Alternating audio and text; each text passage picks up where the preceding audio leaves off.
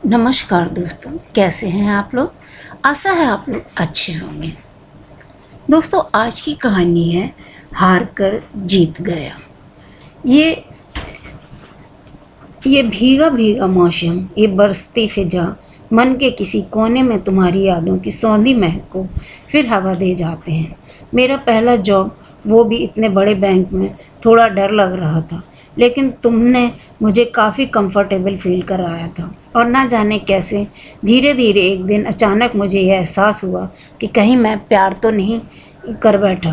कुछ दिन अपने दिल को समझने में बीत गए और उसके बाद मैंने निर्णय ले लिया कि तुमसे अपनी फीलिंग्स का इजहार कर दूंगी, क्योंकि घर में मेरी शादी की बात चलने लगी थी। मैंने लंच में तुमसे बिना झिझके साफ साफ अपने दिल की बात कह दी थी।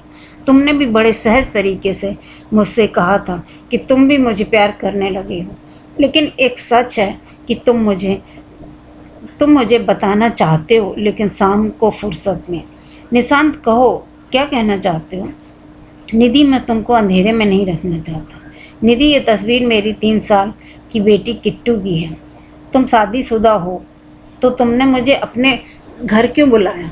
तुम्हारी पत्नी और बेटी कहाँ हैं। निधि, यही सब बताने के लिए तो बुलाया है तुम्हें। मेरी पत्नी और मैं अलग रहते हैं। हमने तलाक का फैसला किया है। किट्टू भी राधिका के साथ ही है। मेरी पत्नी राधिका को मेरी सादगी और सहजता पसंद नहीं थी। उसकी ख्वाहिश भी बहुत बड़ी थी जो मैं पूरी नहीं कर सका, इसलिए हमने अलग होने का फैसला किया। निशांत, मैं तुमसे बेहद प्यार करती हूँ और तलाक तक क्या ताउम्र तुम्हारा इंतज़ार कर सकती हूँ। उसके बाद सब कुछ ठीक चल रहा था। मेरी शामों में रूमानियत घुलने लगी थी। एक दिन रंगीन हो ही रहे थे कि निशांत ने बताया कि उसकी बेटी किट्टू बहुत बीमार है और राधिका वापस घर लौट आई है, क्योंकि किट्टू अपने मम्मी पापा दोनों के साथ रहना चाहती है। किट्टू की रिपोर्ट से पता चला है कि उसको ब्रेन ट्यूमर है और सर्जरी करनी पड़ेगी, जो काफ़ी रिस्की है। मैंने निशांत को कहा कि फ़िलहाल वो किट्टू पर ध्यान दे।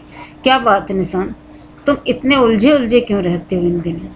किट्टू ठीक हो जाएगी, ज़्यादा मत सोचो। निधि, किट्टू की तो फिक्र तो है ही, लेकिन एक और बात है, राधिका काफ़ी बदल गई है। उसका कहना है कि किट्टू हम दोनों के साथ रहना चाहती है और उसकी खातिर तो वह खुद को बदलना चाहती है।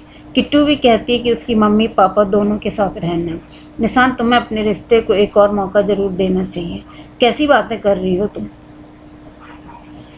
क्या हमने सपने नहीं देखे अपने प्यार के लिए। उसको कैसे तोड़ दूँ। एक 3 साल की बच्ची का दिल और अपनी शादी को तोड़ने से तो बेहतर है कि हम अपनी ख्वाहिशों को कदम पीछे कर लें। रही बात मेरी, तो मैं सारी ज़िंदगी तुम्हारे इंतज़ार करूँगी और अपने प्यार की वजह से ही मैं तुमसे कह रही हूँ कि किट्टू के खातिर एक चांस ज़रूर दो अपनी शादी को। पर निधि, मैं तुम्हारे बिना अपने जीवन की कल्पना भी नहीं कर सकता। निशांत, उस वक्त जो 2 रास्ते हैं उनमें से एक को ही चुनना होगा और हमको यही रास्ता सही लगता है, वरना हमारा प्यार बदनाम होगा। वो प्यार नहीं, स्वार्थ कहलाएगा। बस ये आखिरी मुलाकात थी हमारी। उस दिन खूब बारिश हुई थी, बाहर भी और मन के भीतर भी। उसके बाद मैंने अपनी पोस्टिंग शहर में करवा ली थी। ऐसा नहीं कि निशांत से संबंध खत्म कर दिए थे। हम फ़ोन और सोशल मीडिया के ज़रिए संपर्क में ज़रूर हैं, लेकिन मैं रूबरू नहीं होना चाहती, क्योंकि सामने निशांत को देखूंगी तो अपनी भावनाओं को रोक नहीं पाऊंगी। किट्टू अब ठीक है और अपने मम्मी पापा के साथ खुश भी है। उसको खुश देखकर मैं और निशांत अपने प्यार पर गर्व महसूस करते हैं और उसकी इसी खुशी में हमारी जीत छुपी हुई है। यही है मेरा पहला प्यार, अधूरा रहकर भी मुकम्मल हो गया। दोस्तों, आप लोगों को यह कहानी कैसी लगी। अगर आप लोगों को यह कहानी में कुछ भी अच्छा लगे तो प्लीज़ लाइक कीजिए, शेयर और सब्सक्राइब कीजिए। Thank you.